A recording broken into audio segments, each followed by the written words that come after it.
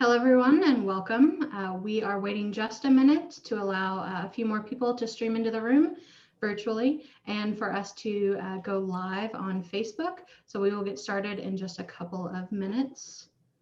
Thank you for your patience.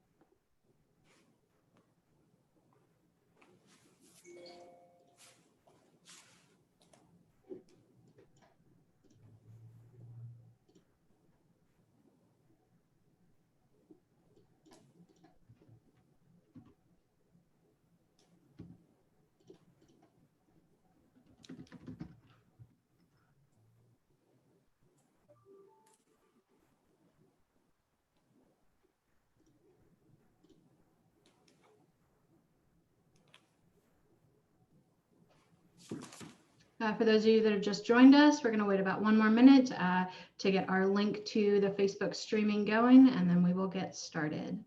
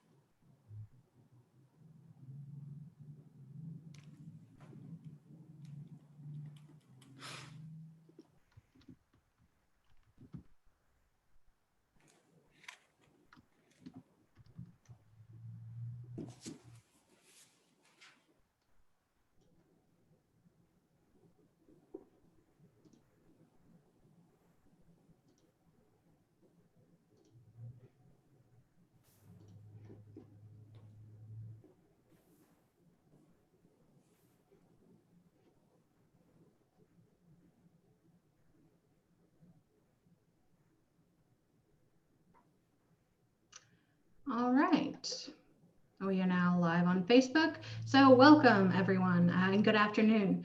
Thank you for joining us today as we hold our monthly World Affairs Council of Kentucky and Southern Indiana local lunch and learn. This month, we are pleased to present Dr. Renee Campbell speaking on identity, belonging, and the international response to racism. This month, we are also presenting our program in conjunction with the World Affairs Council of Cincinnati and Northern Kentucky's International Education Summit. They've hosted an entire week of webinars, meetings, and trainings, and you can learn more at their website, which is globalcincinnati.org. My name is Samantha Risen. I'm the Global Education's Program Coordinator at the World Affairs Council of Kentucky and Southern Indiana. If you're not familiar with WAC, we are a hub for international exchange, dialogue, and learning located in Louisville, Kentucky. As a member of two national networks, Global Ties US and the World Affairs Councils of America, we facilitate international professional and youth exchanges through the US Department of State, as well as provide speaker programs and educational opportunities for the Kentuckiana region throughout the year. While we are a member-supported organization, we are not member exclusive in our programs, which are open to the public. As with every organization, we've had to adapt to the needs of this difficult time, but we wanted to ensure that you still had access to expert analysis and discussions on topics that impact us locally, nationally, and globally. More than ever, we are all experiencing a global crisis, even while we are isolated in our own corner of the world. Today, we're excited to welcome Dr. Renee Campbell. I'll give you a short biographical sketch of her. For more than 41 years, Dr. Campbell has practiced in the areas of education and social work. In the last 22 years of this experience, she served as the president and CEO of Wesley House Community Services, a human services organization that helps people help themselves. Presently, Dr. Campbell is the coordinator of online field and clinical assistant professor in the College of Social Work at the University of Kentucky. Outside of her full-time job, she offers individual and group virtual anti-racism group education, coaching, and international program development and implementation. Her work, interest, and passion extend beyond our borders to Africa, where in 2005 she was appointed sub-chief by the Toulon Traditional Council in the village of Toulon, Ghana. There, she created, directed, and facilitated life-changing programs for women and families. She has a passion for teaching, developing and promoting services that positively influence opportunities for healthy families, and issues of injustice all over the world. Before I turn it over to Dr. Campbell, just a quick reminder about your functionalities and the run of the show for today. This webinar is recorded and we'll provide a link to it after the program. It's also streaming live on our Facebook page. Dr. Campbell will provide about 40 minutes of remarks. After that, we'll open the floor for a few questions. This will take about 15 minutes. Keep in mind, you can submit questions at any time during this program. We'll collect them and try to answer as many as possible during the Q&A. If you prefer, you can ask a question verbally. Just raise your hand in the controls on the bottom and we'll unmute you. For this webinar, we'll be using the chat box and the Q&A, but if you can put your questions into the Q&A box only, just so it keeps it easier on us. So for now, thank you for attending, and I am happy to turn it over to Dr. Renee Campbell. Hello, good afternoon, and thank you so much, Samantha. It's an honor and a pleasure to be here today and to represent the World Affairs Council of Louisville and Southern Indiana. What a wonderful thing to be able to talk about identity, belonging, and what's happening internationally. So when we talk about identity, we many times talk about who a person is, their distinguishing character, their qualities, what makes a person different, are qualities of different groups of people. So I'll use myself as an example. So I stand on the shoulders of those who have come before me. Mrs. Mary Campbell, Mr. Walter Campbell, Sr., my grandmother, Ada Doss Campbell, Mary Sears, Lottie Campbell, Emily Clay, Willie Jackson, and all the ancestors who were enslaved Africans that came before me. That's who I am. I'm a combination of them. So I'd like to talk a little bit about what was happening when I was born. My mother and father were married in the early 50s. My father was in the Army. He was in the 6th Armored Super 6 Division of World War II. And my mother was living up on the top of a garage outside of a house of some people that she was working for. So my father was deployed and he was in World War II. He was engaged in northern France, where they say that the people in northern France were more welcoming than any other people in France. Identity. When I was born, the infant mortality rate per 1,000 live births was 148. Imagine that, 148. Racial segregation was going on. Castration was used as a form of initiation in 11 states of the Confederacy. And I was only 4 years old when that was happening. I was born during the Civil Rights era, when just a few months earlier, Rosa Parks had refused to give up her seat on the bus.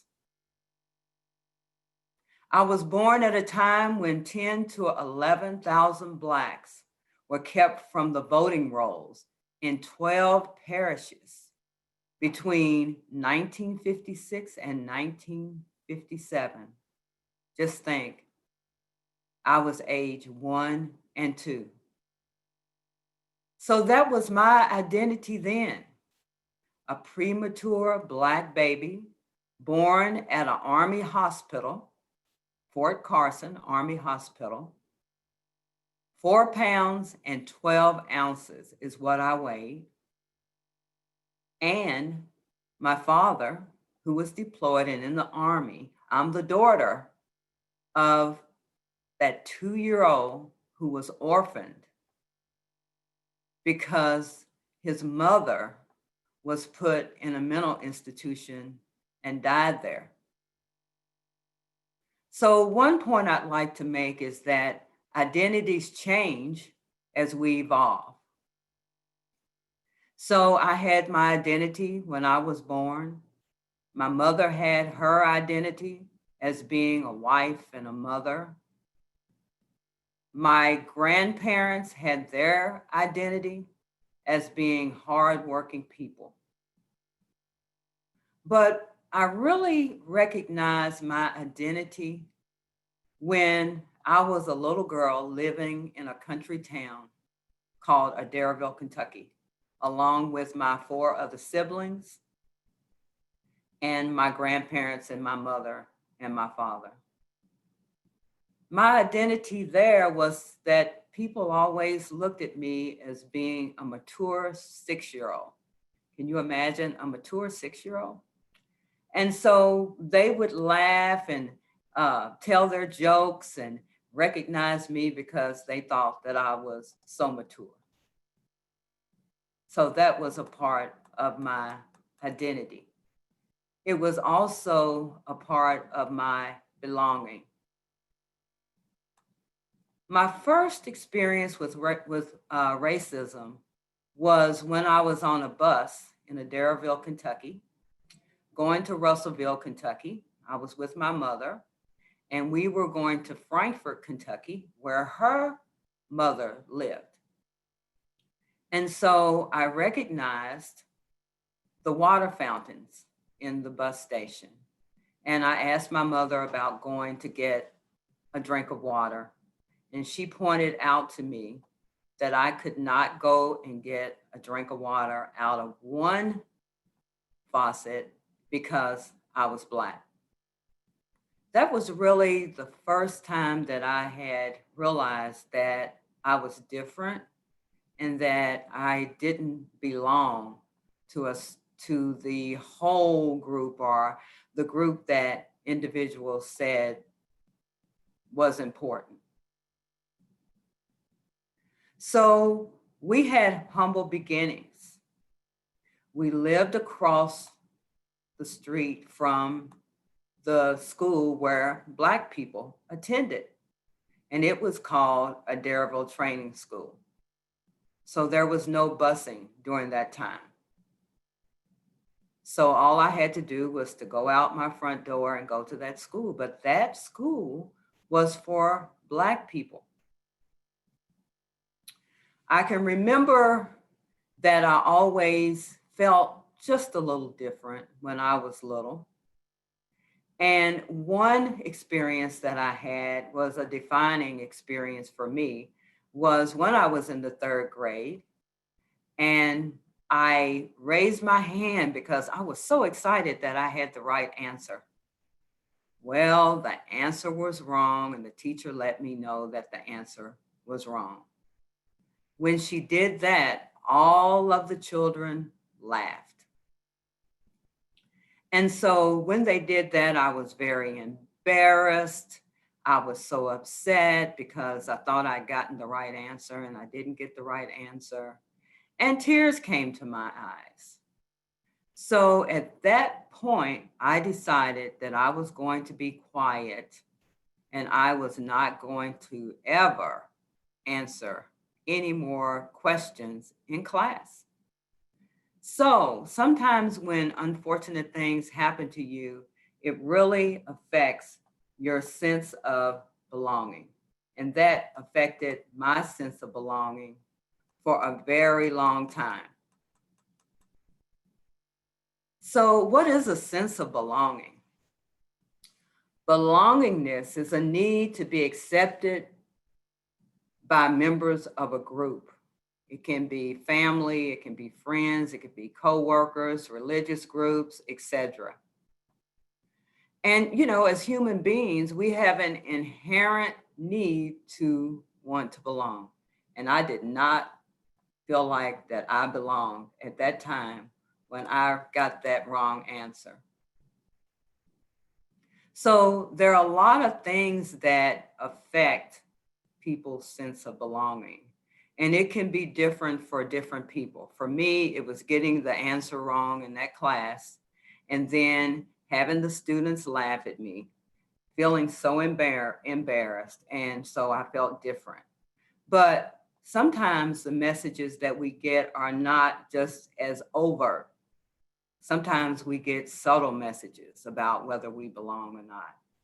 We get verbal messages like the children that laughed at me. So those things can really affect us. And so around race, some of the messages were, you can't go here, you can't go there, you can't use, this restroom, you can use that restroom, that you are different.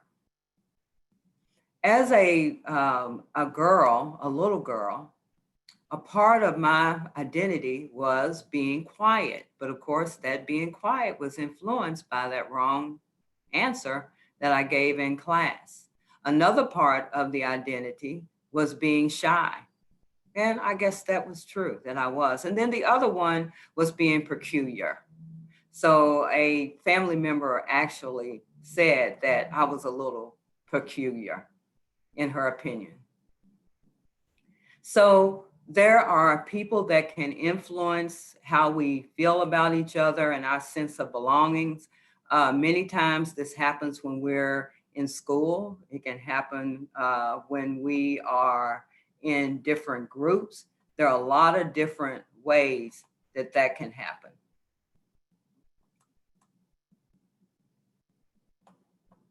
So also, while, those students influenced me to feel like that I didn't belong, there is a story that I like to tell about Mrs. Higgins. And she was my, I think, third grade teacher, I believe. Now, when I was coming up, there was all kinds of thoughts going on about color, what I call colorism and what the color of your skin is. So having my skin color, to some people, that wasn't beautiful at all. But Mrs. Higgins was my teacher when I was a little girl, and she saw me. She thought that I was special, and she took me under her wing. She gave me messages verbally and non-verbally that influenced me to believe that I belong. So this was a white lady with long blonde hair, very slim, very friendly lady. But it was something that this lady wanted to take me under her wings, to influence me, to help me to feel like that I was important. So those type of experiences that I had also influenced me to know that I was okay. So I talked a little bit about, growing up and, how racism was there. And one point I'd like to make is that my parents and grandparents always influenced me to feel like that I belong. And they also, during those times of racism, they did not teach hate. So I think that's a good thing that I didn't grow up with parents and grandparents teaching hate. because hateful things were happening to them. So my identity as a quiet person continued, and it continued because I was not necessarily comfortable in my own skin.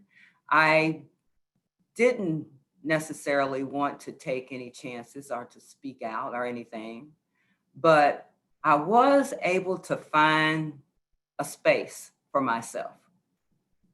So sometimes when you don't feel like you belong, you have to create your own positive belonging for yourself. So I did that. So I went and took a class to be what I thought was a candy striper class. But because I was 14 years old, I was very mature, very responsible. The instructors really thought that I was older than what I really was. And so they had me to come to that class, and I participated along with people that were 16 and 17 years old. I prided myself on the fact that I was just as mature as they were. I took that class, I passed that class, and I became a nurse's aide when I thought that I was just going to be a candy striper. So I created my own belonging. So also when I was doing the nurse's aide work, I discovered that I really wanted to be a social worker. And so that was at age 16. I knew what I wanted to do. And I know, many people don't even know what they want to do when they're the age that I was then. So I kept that in my mind. And even though I didn't have the social work training, I also always felt myself in a situation where I was helping and giving others advice. And that really followed me. So I went to college, still shy, but I was able to pledge. And even though I pledged, that I didn't necessarily felt that I even belonged to that sorority, because pledging is something. So anyway, that was an interesting thing for me to do. Then I went to graduate school, again, trying to continue to succeed because I still didn't have that sense of belonging. Although I did have my identity, now I was a college graduate. I did have a sense of belonging as far as being able to belong to a group of people, African-American women who had graduated from college. Went on to graduate school. And in graduate school, working on my master's degree was the time that my professors saw me, 2 professors, and they really thought that I had something to offer. They thought that I had something special. So my identity was a college graduate, someone that wanted to go to graduate school to get a master's degree. And that was my part of my identity. So the professors in the graduate school saw that I was very quiet, that I didn't say much. And one of the things they did while I was in my field practicum is that they did an exercise called Gestalt Exercise. And they were able to help me remember what had happened in the 3rd grade.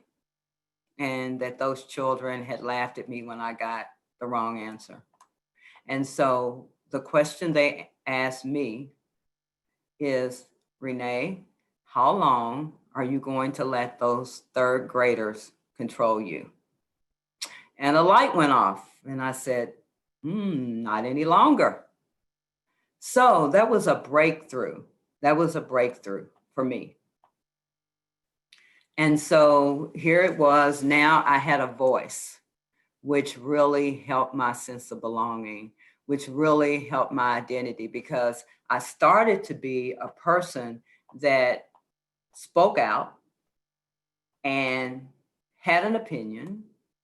And so that was okay.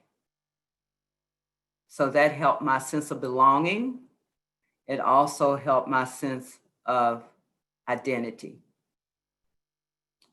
And so when I became more professional and more educated, I was able to get out into the workplace.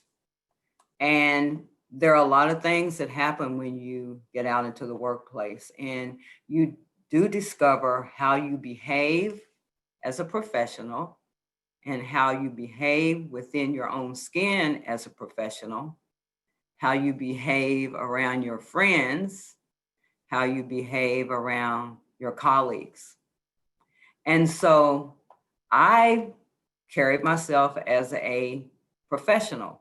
One thing I had to do is to navigate myself in a racist society and to recognize that I would not be given the same experiences or opportunities as others because of the color of my skin.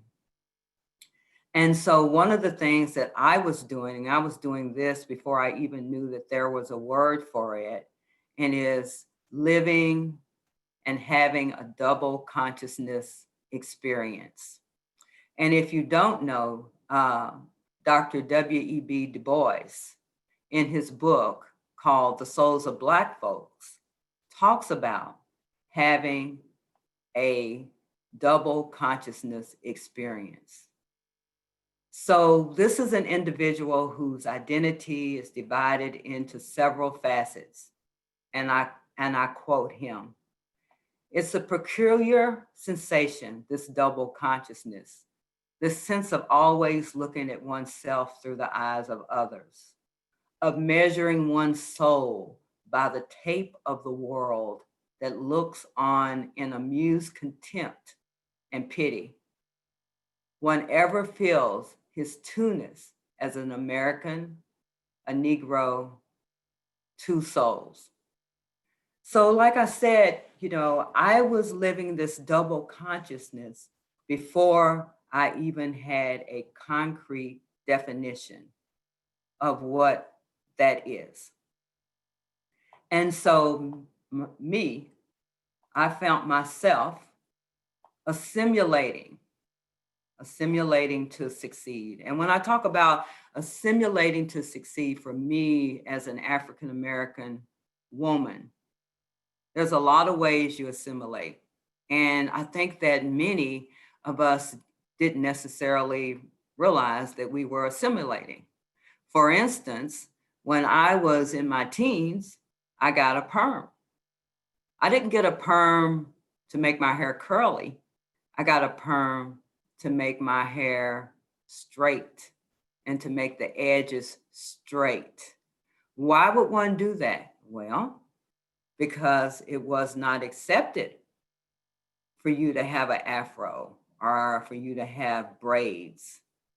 And so in order to get a job, then many of us, and myself, I'll speak for myself as an African-American woman, changed my hair to get a job, to make sure that I was not seen in a certain way by the powers that be. And then you have grammar, which everybody should learn should speak the correct grammar. You can't go to a job and speak bad grammar. You can't do it and expect to get a job. Dress, another way to assimilate.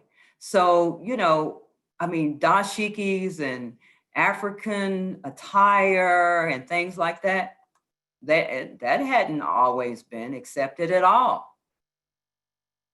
So you have your, professional life, and then you have your private life. So that's another way to assimilate. As far as professional life is concerned, college, education has always been important in my family. And so I come from a working class family. My father was in the Army. He took shoe repair in the Army. He also worked any type of construction job he could get. My mother, she took secretarial science and got a certificate in secretarial science. But because of where they were, as far as, in time, they were not able to get jobs because of racism. And so education was very important to my grandparents and also to my parents, and they passed it down from generation to generation. It was important to go to college. It was important to get a master's degree. They didn't say that I had to get a doctorate degree. That was fueled by what I wanted to do and the goal that I had for myself. Not that, it does change you as far as, how people identify you.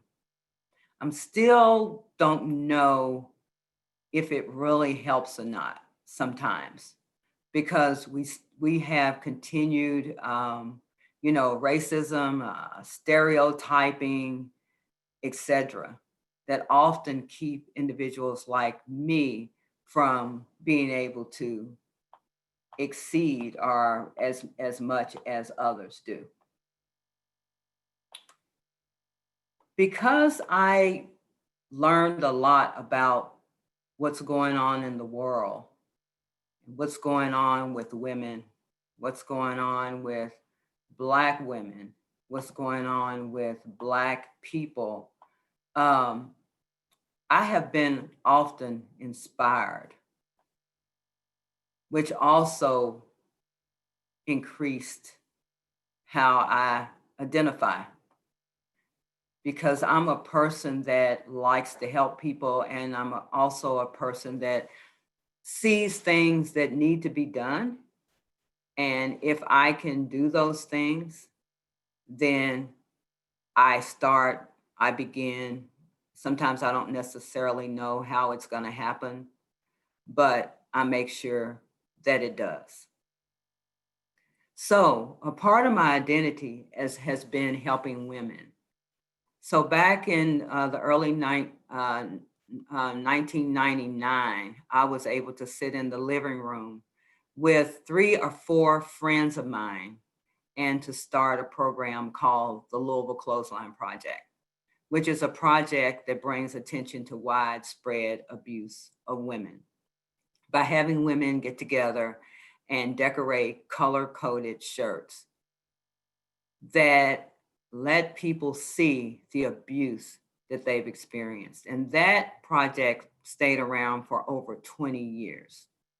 So, here it was, I saw, these women are getting abused physically, mentally, sexually, financially, by authority, homophobic violence. And here it is, I could help women to have a voice. And so that's what I did. So that became a part of my identity. And I belong to this group of strong and powerful women who wanted to eradicate abuse. Then the other thing I did was to travel to Ghana, West Africa. And so I traveled to Ghana back in 2005 as a part of the Sister Cities program, which has sister cities relationships with different countries in the world. And my interest happened to be Ghana. And one of the reasons that I was so interested in Ghana is for ancestral reasons. So as you know, many enslaved Africans cannot trace their lineage. So it was wonderful for me to be able to go, because many of the enslaved Africans came from West Africa. So I had the opportunity to travel to Ghana. And it was amazing. It's not even the biggest word that I could use for that. but I saw people that looked like me. Because I'm a social worker, there are things that I could do to help. And one of the first questions I ask is, what can I do to help? And so they told me.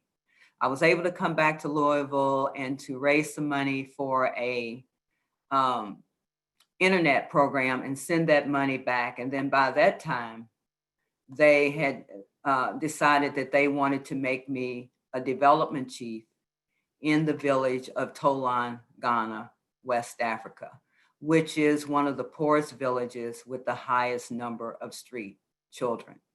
I have to tell you, I was made a chief then, and I liken that experience to second to the birth of my children. And so my assignment was to help the people in the village. And I'll talk a little bit about that in a minute. So one thing about Africa, and that a very close young woman told me when I was explaining her experience, she said, Mom, she calls me Mom, M-U-M, she said, and suddenly you were visible. So what does that mean? And suddenly you were visible in Africa. Well, it means that I was seen. I was seen. I was not just in a environment where, I was not seen by the powers that be. I was seen. I saw myself on money. I saw myself on billboards. I saw myself as the majority in shops and stores and beauty shops and schools and things like that. That is a sense of belonging. That is a sense of identity. It's amazing when you are submerged and how you feel when you're in a place that embraces and supports you and you're not seen as the other. I've been able to do many things as a sub-chief in Ghana, West Africa, in the village of Tolan. I've been able to raise money for computers, bicycles, uniforms. Recently, in 2019, I was able to start the first educational empowerment program for students in kindergarten through the 8th grade. And so that was very exciting. So that scholarship program is providing 22 scholarships for these children that are in the villages of Tolan, Ghana, who would not be able to go to school if that program didn't start. I've already funded the 2nd year of that program, and now I'm working on the 3rd year of that program. So when I started the program, I didn't necessarily know how I was going to fund it, but I just knew that I was going to. So now we have the Maltana of Tolan Educational Empowerment Program.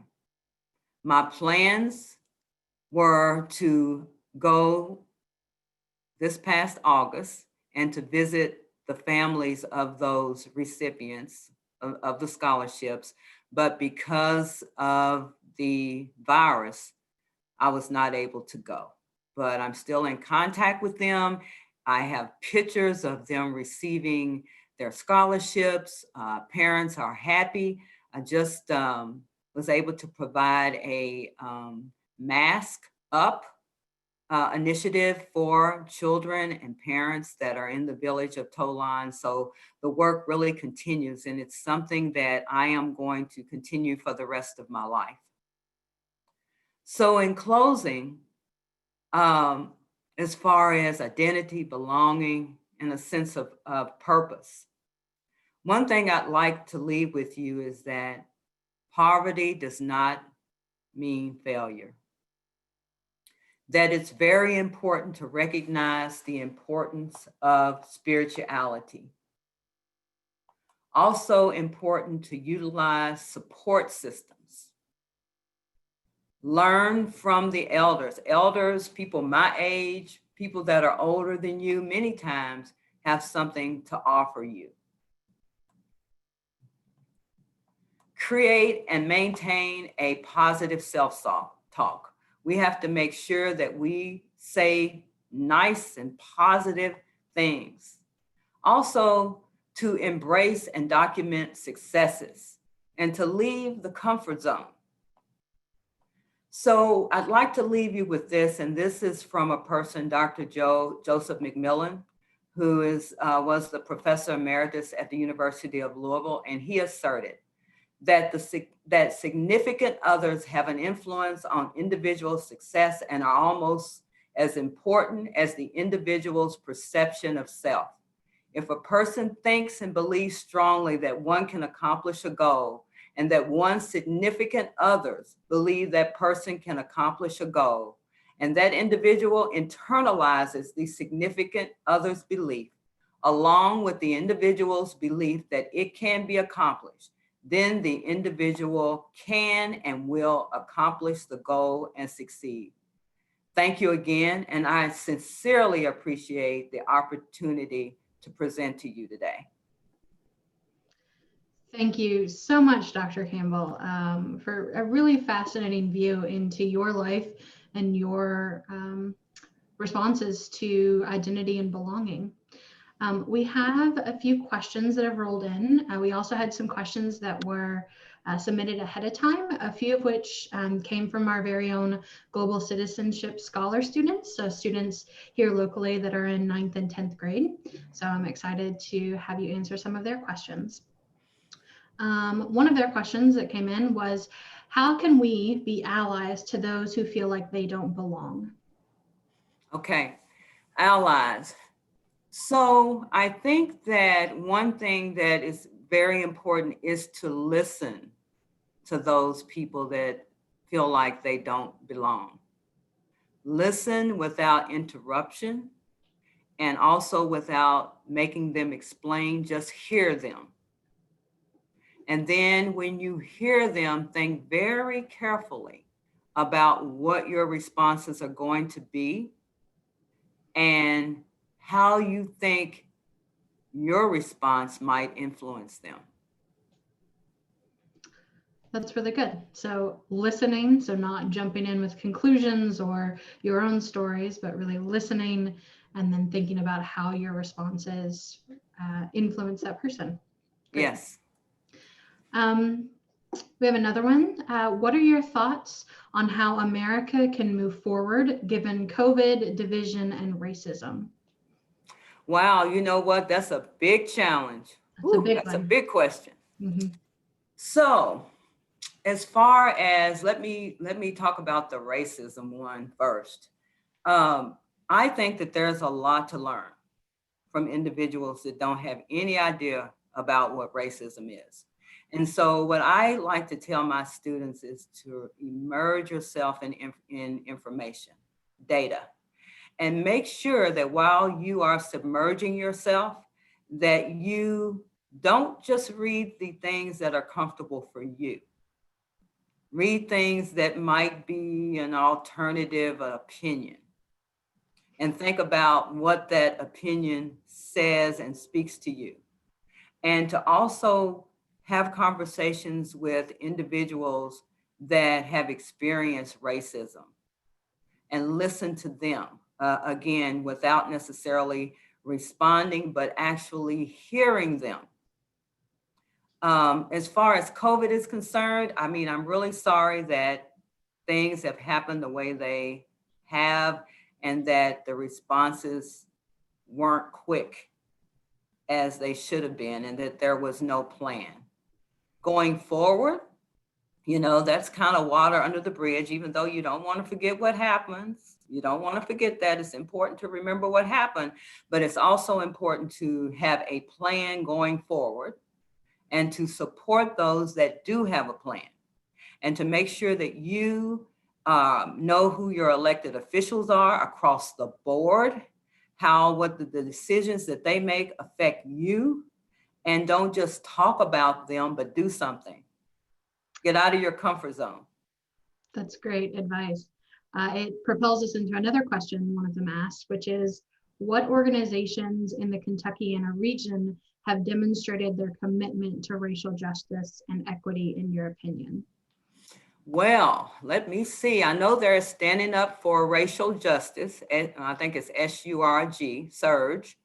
Also, I want to commend the World Affairs Council for taking a stand and speaking out on racism and having something on the web page about it, and the fact that, we support anti-racism.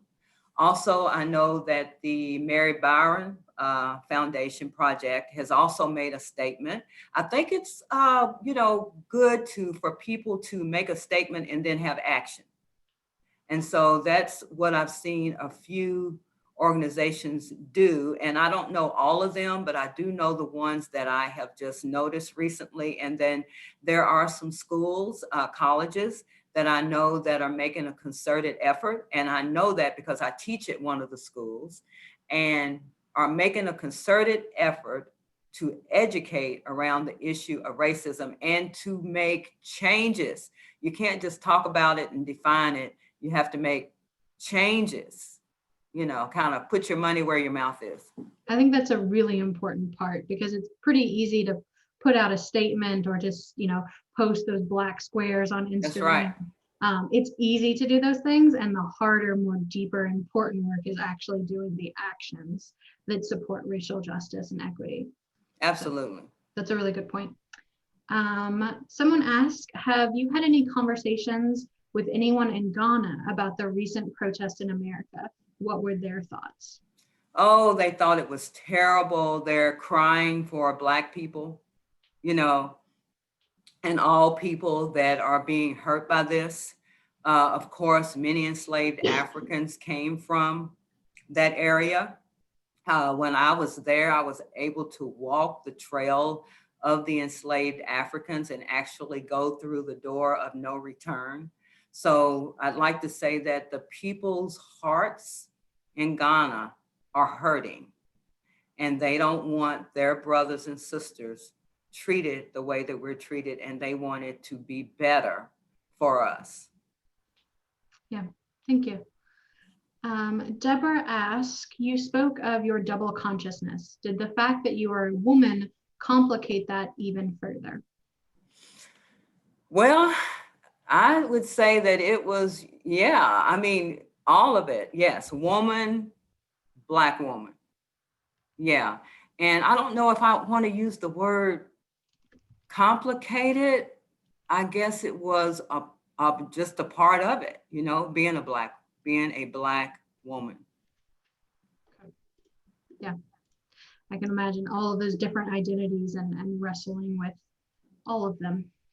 Yeah. One of my students asked, what inspired you to get involved with education and international issues? Well, I think that education is what helps people to understand. A lot of times people do things because they don't know any better and they have not been educated about a certain, subject matter. And so as an educator and a person that has been able to teach people on all levels, like even in Ghana, when they first started when they passed their first family domestic violence and abuse law, I actually taught over 60 non-governmental organizations about intervention, prevention, and assessment of family domestic violence and abuse. People can't operate if they don't have the information. As far as my international work in Ghana, I really did that because of the ancestry and because of the love for the people, and also their love for me as me being, I am them and they are me. that they embraced me and they wanted and needed my help. And I was blessed to have a skill set that would help to educate and empower them. And so that's what fuels me. And I also learn a lot from the people of Ghana. It's not a one-way thing. I mean, I'm there in the village. I teach them things, I implement things, but they also teach me about me, who I am, as far as my soul and my heritage. Yeah, I think that's true for a lot of us, that we understand who we are in relation to others. Mm-hmm. Let's see, a few other questions that have come in. What's one way you think your life would have been different had you been born another race? From one of my students. Well, I tell you, I think that I've accomplished a lot. I would say However, so. but if I were born another race, say for instance, white, I think I would have accomplished it faster because of my skill set, because of how I am, my education and experience puts me in a position, should have put me in a position to excel even quicker than I did, I think. And I think there's been discrimination, because of all the isms. And, that's that. But I'm thankful for what I have been able to do. Good. And I think we have one more question for you, which may be kind of apparent, but of the many communities that you have worked with, which project or community stands out the most for you and why? I have a feeling it may be your time in Ghana, since you said it was second only to your birth of your children. That's true. And I have so many, but one that I love to talk about is when I took the Clothesline project to Ghana, West Africa. And I started a clothesline project there called the Hope Clothesline Project. And so we didn't have many materials. I had one box of magic markers.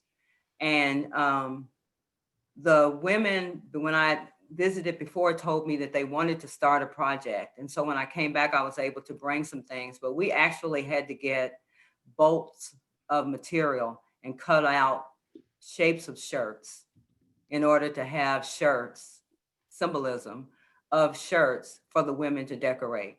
So in a dirt floor hut in about 95 degrees one day with 50 women sat around and they decorated shirts that symbolized the abuse that they'd experienced. The women that could really write powerful. Wrote on their shirts. The women who could not write, they drew pictures of their abuse on those shirts and they hung them on the clothesline for the village to see with the support of the chief. That must have been extremely powerful. Mm-hmm. How long did those shirts stay up? They stayed up probably for a couple of days. And now they still have the shirts. I mean, because that's what the Clothesline Project does. It displays shirts as an educational tool for the public to see just how widespread abuse is. What was the response from the general community? They were very supportive. Good. Even though, of course, there's a lot of patriarchy there. There's a lot of patriarchy in the United States, but sometimes in, rural communities and villages, it's different. But those women were able to speak out in a safe environment about what they'd experienced with the support of other community members and the chief of that community. Wow. Such great work. Thank you. And thank you all for attending and for all your great questions. We'll begin to wrap up now. Thank you again, Dr. Campbell, for sharing the important and innovative work that you do. We are very pleased to have you with the World Affairs Council of Kentucky and Southern Indiana. Thank you again. Thank you for having me. Of course. As a reminder, this month we're presenting this program in conjunction with the World Affairs Council of Cincinnati and Northern Kentucky's International Education Summit. They've put on this entire week for International Education Week for students, educators, and the wider community to learn about global education. They still have a few more sessions tonight and tomorrow, full of webinars, meetings, trainings, and you can learn more at globalcincinnati.org. Another quick reminder that WAC is providing you with these virtual programs every week, just like this local Lunch and Learn. Our signature speaker series is also now virtual and features national experts, authors, and diplomats discussing current global issues. On December 8th, we'll be featuring Knox Thames. He's a senior fellow from the U.S. Institute of Peace, and he'll be discussing protecting religious freedom in the time of COVID and conflict. So you will not want to miss this conversation. You can check out our website, worldkentucky.org, for registration details. I hope you will join us and consider supporting the World Affairs Council by becoming a member. Thank you all. Thank you again to Dr. Campbell. Please stay well and healthy, and we'll see you next time. Thank you all so much. Bye-bye. Bye.